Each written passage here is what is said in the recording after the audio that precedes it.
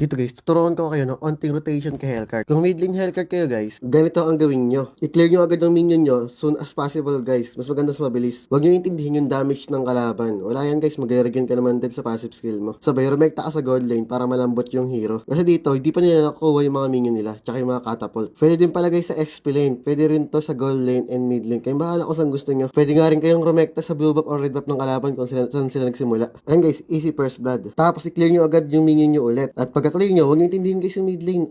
Pumunta agad kayo yung top lane. Kung saan merong pwedeng dalawan, doon kayo pumunta guys. Wala na to, wala na shield. Pasay mo na. Nice one. At madalas ganito ginagawa ko guys pag mag-i-invade ako sa blue up ng kalaban. Magtatag ako dito sa bottom bush natin sa mid lane. Tapos tatalon ako dito sa may bandang farm ng kalaban. Ayan guys, at tumayon ako para hindi ako makita ng Cupra. Tapos kung nakita nyo, merong Granger dito na nagbo-blow buff. Tapos kung makikita sa mapa, si Ling papunta na rin. Kaya inunahan ko na siya. Pero di namin nakuha yung blue buff, pero napatay namin si Granger.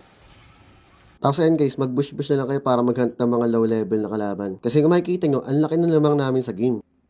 Ito kaya. Ang nangyari sa late game guys, nagka-picture yung mga kalaban sa amin. Pero ang ginawa ng kampi ko, pinag-a-attack ba naman yung mga kalaban? Ayun, nagpa-picture sila guys, kaya sila tumitipi. Yung paglapit ko, dun nila sinugod, kaya nakisugod na din ako. Okay, nice game sa kalaban. At commenting kayo guys kung gusto nyo ng rotation ng hero na mga ginagamit ko. Like Leomord. Wait lang guys, wala na akong Bricks boy ka ba?